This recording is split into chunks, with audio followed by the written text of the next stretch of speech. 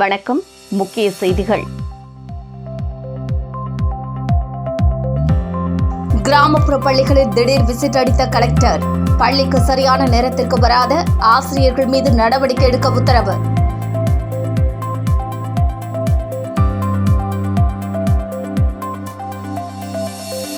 Laptop வழங்கப்படாத மாணவர்களுக்கு வங்கி கணக்கில் பணம். மாணவர் தின விழாவில் முதலமைச்சர் ரங்கசாமி தகவல். இனி விரிவான செய்திகள். புதுச்சேரி கிராம பகுதியில் உள்ள அரசு பள்ளியில் திடீர் ஆய்வு மேற்கொண்ட மாவட்ட ஆட்சியர் குலோத்துங்கன் சரியான நேரத்திற்கு வராத ஆசிரியர்கள் மீது நடவடிக்கை எடுக்கவும் உத்தரவிட்டார். மேலும் மாணவர்களின் கற்றல் திறனையும் கேட்டறிந்தார். புதுச்சேரியில் உள்ள ஒரு சில அரசு பள்ளிகள் ஆசிரியர் பற்றாக்குறையில் உள்ள நிலையில் ஆசிரியர்கள் உரிய நேரத்திற்கு வருவதில்லை என குற்றச்சாட்டும் எழுந்துள்ளது.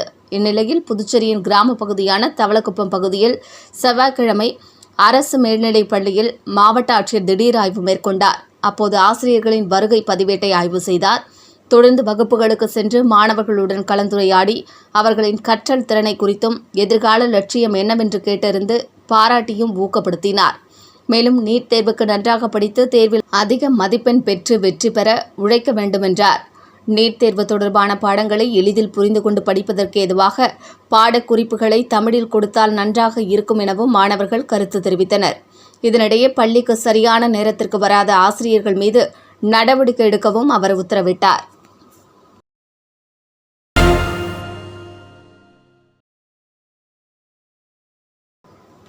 புதுச்சேரியில் உள்ள அரசு பள்ளிகளில் மாலை சிற்றுண்டியாக வாரத்தில் 2 நாட்கள் மட்டுமே வழங்கப்பட்டு வரும் சிறுதானிய பிஸ்கெட்டுகள் இனி வாரத்தில் 5 நாட்களும் வழங்கப்படும் என மாணவர் நாள் விழாவில் முதலமைச்சர் ரங்கசாமி அறிவித்துள்ளார்.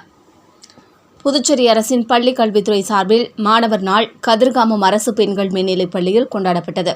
இந்நிகழ்ச்சியில் முதலமைச்சர் ரங்கசாமி கலந்து கொண்டு பள்ளி வளாகத்தில் பல்வேறு நாடுகளின் பாரம்பரிய உடை அணிந்து அந்நாட்டின் அரங்குகளை திறந்து வைத்து பார்வையிட்டார். தொடர்ந்து கல்வியாண்டில் அரசு பள்ளிகளில் அதிக மதிப்பெண் மற்றும் பல்வேறு பாடப்பிரிவுகளில் 100 மதிப்பெண் பெற்ற மாணவர்களுக்கு ரொக்க பரிசு சான்றிதழ்களை வழங்கி பாராட்டினார். இதேபோல் மாணவர் தினத்தையொட்டி பள்ளி மாணவர்களுக்கு நடத்தப்பட்ட போட்டியில் வெற்றி பெற்றவர்களுக்கும் சான்றிதழ்களை வழங்கினார். மேலும் பள்ளியில் புதிதாக அமைக்கப்பட்டிருந்த ஸ்மார்ட் வகுப்பையும் திறந்து வைத்து பார்வையிட்டார். முன்னதாக விழாவில் பேசிய முதலமைச்சர் ரங்கசாமி, தனியார் பள்ளிக்கு இணையாக அரசு பள்ளிகளின் தரம் உயர்த்தப்பட்டதன் காரணமாக அரசு பள்ளியில் மாணவர்களின் சேர்க்கை அதிகரித்துள்ளதாக தெரிவித்தார். காமராஜர் கொண்டு வந்த திட்டத்தின் அடிப்படையில் புதுச்சேரியில் உள்ள மாணவர்களுக்கு கல்வி எளிதாக உருவாகியுள்ளதாகவும் தெரிவித்தார். மேலும் புதுச்சேரியில் பல்வேறு கல்லூரிகள் திறக்கப்பட்டு 12ஆம் வகுப்பு முடித்த பிறகு கல்லூரி சென்று அனைத்து மாணவர்களும் படிக்கும் வாய்ப்பை அரசு உருவாக்கியுள்ளதாக முதலமைச்சர் தெரிவித்தார். பள்ளி படிப்பை முடித்து லேப்டாப் வழங்கப்படாத மாணவர்களின் வங்கி கணக்கில் அதற்கான பணத்தை செலுத்தப்படும் என்றும் தெரிவித்தார். தொடர்ந்து பேசிய அவர், காலை சிற்றுண்டியாக மாணவர்களுக்கு பால் மற்றும் ரொட்டியுடன் நிறுத்தப்பட்டுள்ள ஆப்பிள், ஆரஞ்சு உள்ளிட்ட பழங்களை மீண்டும் வழங்க நடவடிக்கை எடுத்து வருவதாகவும், இதேபோல் வாரத்தில் 2 நாட்கள் மாலையில் சிறுதானிய பிஸ்கட்டுகள் வழங்கப்பட்டு வந்த நிலையில் 5 நாட்கள் வழங்கப்படும் என்றார். மேலும் புதுச்சேரி அரசின் வலியுறுத்தலின் அடிப்படையில் மத்திய அரசு காமராஜருக்கு நாணயம் வெளியிட்டதாக அவர் பெருமிதம் கொண்டார்.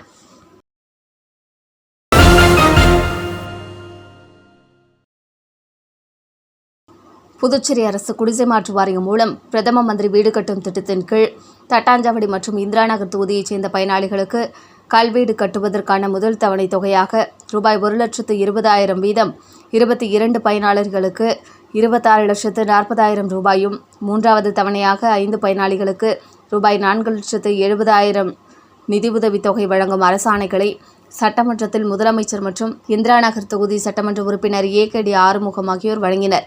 நிகழ்ச்சியில் குடிசை மாற்று வாரிய முதன்மை செயல் அதிகாரி சுந்தர்ராஜன், உதவி பொறியாளர் ரவி, இளநிலை பொறியாளர் அனில்குமார் உள்ளிட்டவர்கள் கலந்து கொண்டனர்.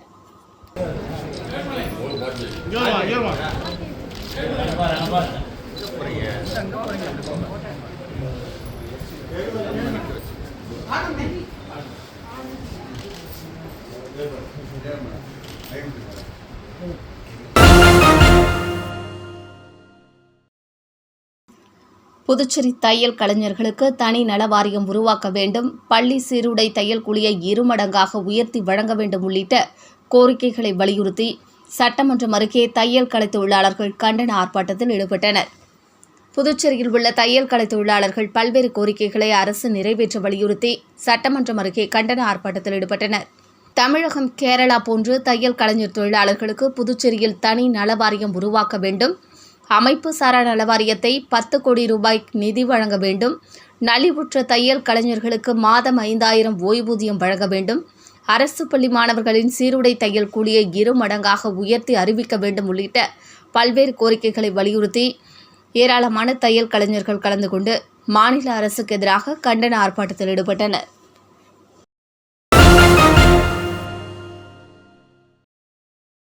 ஓய்வு பெற்ற அங்கன்வாடி ஊழியர்கள் பல்வேறு கோரிக்கைகளை வலியுறுத்தி வரும் 25ஆம் தேதி சட்டமன்றத்தை முற்றுகையிடும் போராட்டத்தில் ஈடுபட உள்ளதாக ஓய்வு பெற்ற அங்கன்வாடி பணியாளர்கள் நலச்சங்கத்தினர் தெரிவித்துள்ளனர்.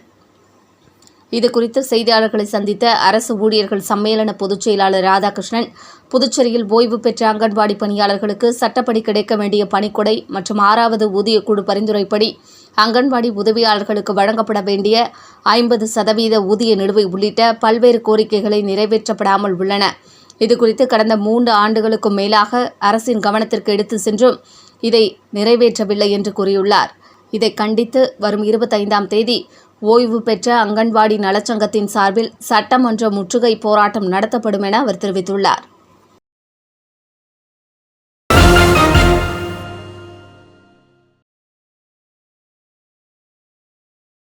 முதலியார்பேட்டை தொகுதிக்குட்பட்ட சுதானா நகர் பகுதியில் மேல்நிலை மற்றும் கீழ்நிலை நீர்த்தேக்க தொட்டி மற்றும் சுற்றுச்சுவர் பணிகளில் விடுபட்ட பணிகளை மேற்கொள்வதற்கான வேலைகளை சட்டமன்ற உறுப்பினர் சம்பத் பூமி பூஜை செய்து துவக்கி வைத்தார்.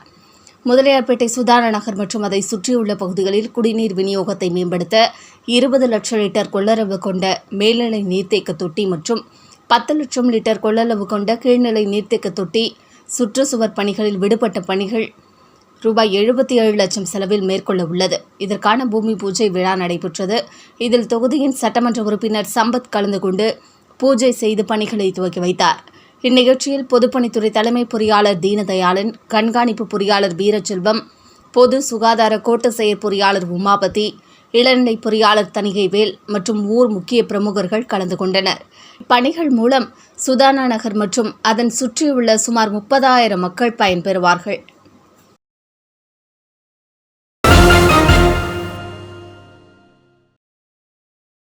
பாட்டாளி மக்கள் கட்சியின் 36ஆம் ஆண்டு துவக்க விழாவையொட்டி புதுச்சேரி பாமக அலுவலகத்தில் கொண்டாடப்பட்டது. பாட்டாளி மக்கள் கட்சியின் 36ஆம் ஆண்டு துவக்க விழா தமிழகம் முழுவதிலும் உள்ள அக்கட்சியினரால் கொண்டாடப்பட்டு வருகிறது. இதனிடையே புதுச்சேரி மாநில பாட்டாளி மக்கள் கட்சியின் சார்பில் வழுதாவூர் சாலையில் உள்ள பாமக அலுவலகத்தில் மாநில அமைப்பாளர் கணபதி தலைமையில் கட்சியின் கொடியேற்றப்பட்டு பொதுமக்களுக்கு இனிப்புகள் வழங்கப்பட்டன. இந்நிகழ்ச்சியில் பாமக நிர்வாகிகள் பலர் கலந்து கொண்டனர். இதேபோல் லாஸ்பேட் பகுதியில் வன்னியர் சங்க மாநில பொருளாளர் நரசிம்மன் தலைமையில் நடைபெற்ற நிகழ்ச்சியில் மாநில அமைப்பாளர் கணபதி கலந்து கொண்டு கட்சிக் கொடியை ஏற்றி வைத்து பொதுமக்களுக்கு இனிப்புகளை வழங்கினார். நிகழ்ச்சியில் தொகுதி தலைவர் திருமால், செயலாளர் ராம், சமூக முன்னேற்ற சங்க பொறுப்பாளர் சிவபிரகாசம், ராஜசேகரன், குமரன் மற்றும் நிர்வாகிகள் பலர் கலந்து கொண்டனர்.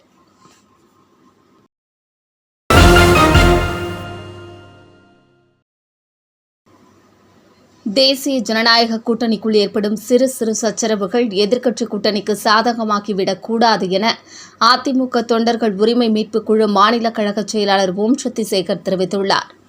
இதுகுறித்து அவர் வெளியிட்டுள்ள அறிக்கையில், பல்வேறு நிதி நெருக்கடி காலகட்டத்திலும் பொதுமக்களுக்கான பல்வேறு நலத்திட்டங்களை தடையில்லாமல் முதலமைச்சர் ரங்கசாமி தலைமையிலான தேசிய ஜனநாயக கூட்டணி அரசு செய்து வருகிறது.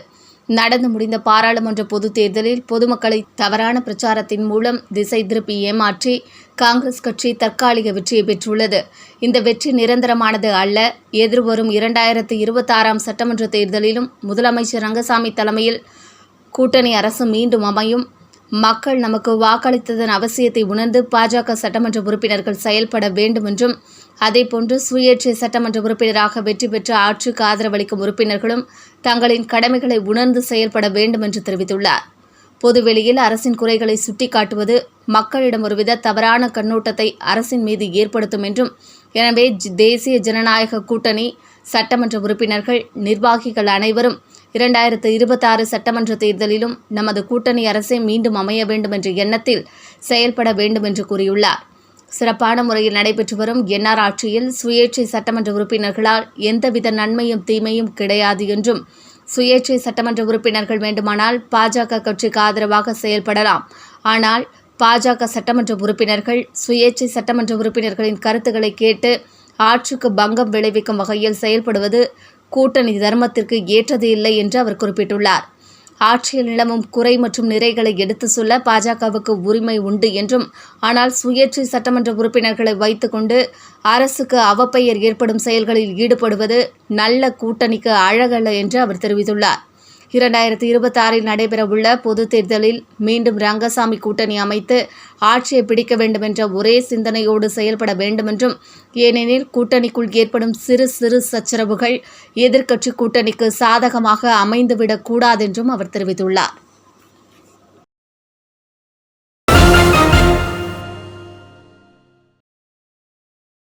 புதுச்சேரி காலாப்பட்டு தொகுதி சட்டமன்ற உறுப்பினர் கல்யாண சுந்தரம் பிறந்தநாளை முன்னிட்டு திருபுவனை தொழிலதிபர் பத்மாவதி மணிகண்டன் நேரில் சென்று மாலை அணிவித்து பிறந்தநாள் வாழ்த்துக்களை தெரிவித்தார்.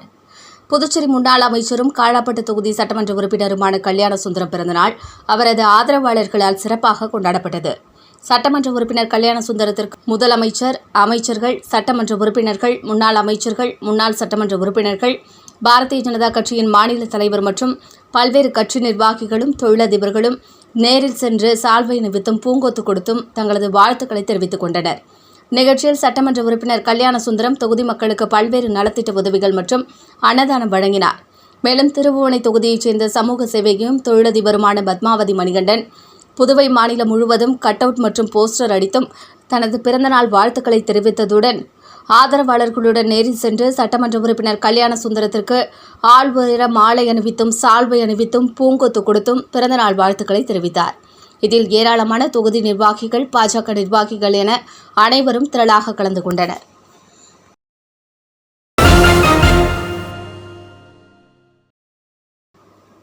ராஜஸ்தான் மாநிலத்தில் உள்ள கங்கா நகர் பகுதியில் துப்பாக்கியுடன் ஊடுருவ முயன்ற 2 தீவிரவாதிகளை சுட்டு வீழ்த்தி புதுச்சேரி மாநிலத்திற்கு பெருமை சேர்த்த இந்திய எல்லை பாதுகாப்பு படை வீரர் சண்முகநாதனுக்கு பாராட்டுகள் குவிந்து வருகின்றன.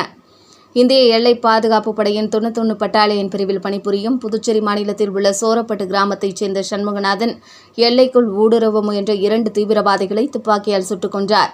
சண்முகநாதனின் இந்த செயலை பாராட்டி நமது தலைநகர் புதுடெல்லியில் டைரக்டர் ஜெனரல் BSF அவர்களின் உத்தரவின்படி 91வது பெட்டாலியன் கமாண்டன்ட் முகமது இஸ்ரேல் அவர்களின் புற்கரங்களால் பாராட்டு சான்றிதழ் வழங்கப்பட்டது.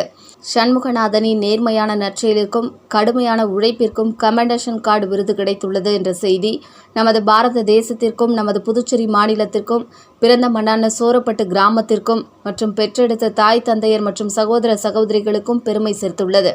இந்நிலையில் சண்முகநாதன் அவர்களை புதுச்சேரி மாநிலத்தில் உள்ள தேசத்தந்தை நேதாஜி சுபாஷ் சந்திர போஸ் மக்கள் சேவை மையத்தின் சார்பிலும், புதுச்சேரி மாநில அனைத்து சமூக பேரமைப்பு கூட்டமைப்பின் சார்பிலும், புதுச்சேரி மாநில ஓய்வு பெற்ற துணை இராணுவ படை வீரர்கள் நலச்சங்கம் சார்பிலும் மற்றும் புதுச்சேரி மாநில ஓய்வு பெற்ற காவல்துறை நலச்சங்கம் சார்பிலும் சண்முகநாதனுக்கு பாராட்டுகள் தெரிவிக்கப்பட்டு வருகின்றன.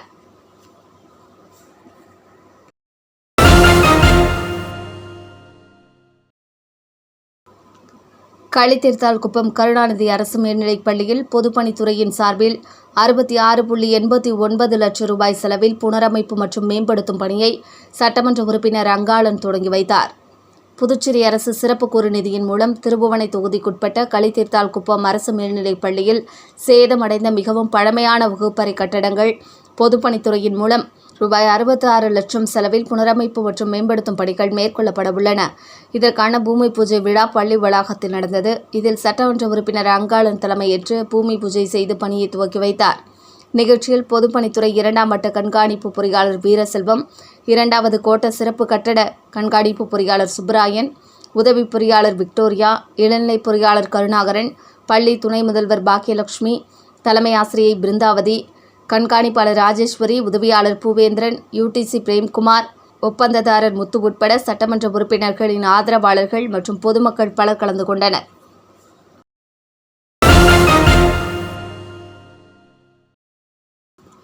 புதுச்சேரி முத்தியால்பேட்டை முத்துமாரியம்மன் கோவில் ஆடித்திருவிழாவை முன்னிட்டு அம்மன் கஜலட்சுமி அலங்காரத்தில் எழுந்தருளி திருவீதி உலாவில் பக்தர்களுக்கு காட்சியளித்தார். புதுச்சேரி முத்தியால்பேட்டை பகுதியில் அமைந்துள்ளது ஸ்ரீ முத்துமாரியம்மன் முத்தைய சுவாமி தேவஸ்தானம். இந்த தேவஸ்தானத்தில் எழுந்தருளியுள்ள ஸ்ரீ முத்துமாரியம்மனுக்கு ஆடித்திருவிழா 15ஆம் தேதி அம்மனுக்கு அபிஷேகத்துடன் தொடங்கியது. திருவிழாவையொட்டி தினந்தோறும் இரவு அம்மன் பல்வேறு அலங்காரத்தில் எழுந்தருளி திருவீதி உலா சென்று பக்தர்களுக்கு காட்சியளிக்க உள்ளார். அதன் ஒரு பகுதியாக திங்கட்கிழமை இரவு கஜலட்சுமி அலங்காரத்தில் எழுந்தருளிய அம்மனுக்கு சோடச தீபாராதனைகள் காட்டப்பட்டு திருக்கோவில் உட்புறப்பாடு செய்யப்பட்டு மின் விளக்குகளால் அலங்கரிக்கப்பட்ட வாகனத்தில் வைத்து திருவீதி உலா நடைபெற்றது. ஆடி திருவிழாவையொட்டி நடைபெற்ற திருவீதி உலாவில் பக்தர்கள் பலரும் கலந்து கொண்டு அம்மனை வணங்கி வழிபட்டு சென்றனர்.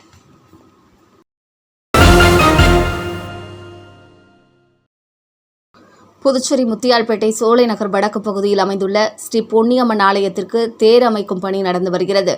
தேர் அமைக்கும் பணிக்காக புதுச்சேரி மாநில அதிமுக துணைச் செயலாளரும் முன்னாள் சட்டமன்ற உறுப்பினருமான வையாபுரி மணிகண்டன் ஆலய நிர்வாகத்திடம் நன்கொடை வழங்கினார். நிகழ்ச்சியில் ஊர் பஞ்சாயத்தார் பச்சையப்பன், பாஸ்கர், முருகன், மாரியப்பன், சக்தி, மோகன், அதிமுக நிர்வாகிகள் பழனிசாமி, கஜேந்திரன், விஸ்வநாதன், மோகன், செல்வம், முரளி, வேலு, பிரபு, ஆறுமுகம், பாலூர், ராஜேஷ் மற்றும் பலர் உடனிருந்தனர்.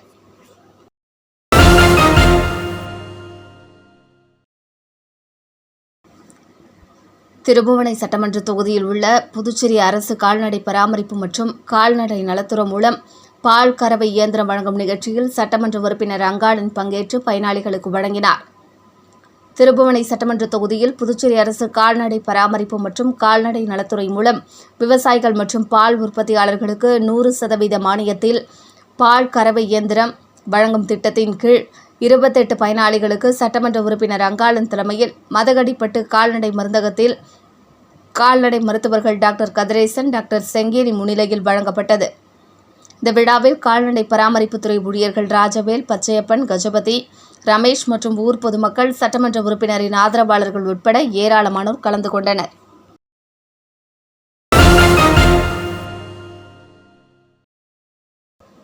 பாவலர் மணி சிவமணிவேலன் எழுதிய விருத்தமாயினம் என்ற நூலினை அரசு செயலர் முத்தம்மா வெளியிட்டு வாழ்த்து தெரிவித்தார். புதுச்சேரி வேதபுரீஸ்வரர் ஆலயத்தில் பாவலர் மணி சிவமணிவேலன் மயிலம் வித்துவான் சிவலிங்கனார் விருத்தமாயிரம் நூல் வெளியீட்டு விழா நடைபெற்றது. தமிழ் மாமணி ஆதிகேசவன் தலைமையில் நடைபெற்ற விழாவில் கலைமாமணி முருகன், முன்னாள் கல்வித்துறை இணை இயக்குநர் ராமதாஸ், செந்தமிழ்ச்செல்வன், வேணுகோபால் ஆகியோர் முன்னிலை வகித்தனர். விழாவில் சிறப்பு விருந்தினராக சமூக நலத்துறை அரசு செயலர் டாக்டர் முத்தம்மா கலந்து கொண்டு நூலினை வெளியிட்டு வாழ்த்துரை வழங்கினார். மீண்டும் முக்கிய செய்திகள். கிராமப்புற பள்ளிகளில் திடீர் விசிட் அடித்த கலெக்டர். பள்ளிக்கு சரியான நேரத்திற்கு வராத ஆசிரியர்கள் மீது நடவடிக்கை எடுக்க உத்தரவு.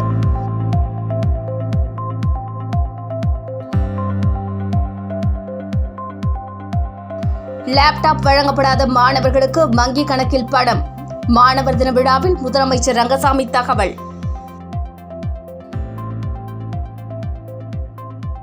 இத்துடன் செய்திகள் நிறைவடைந்தன.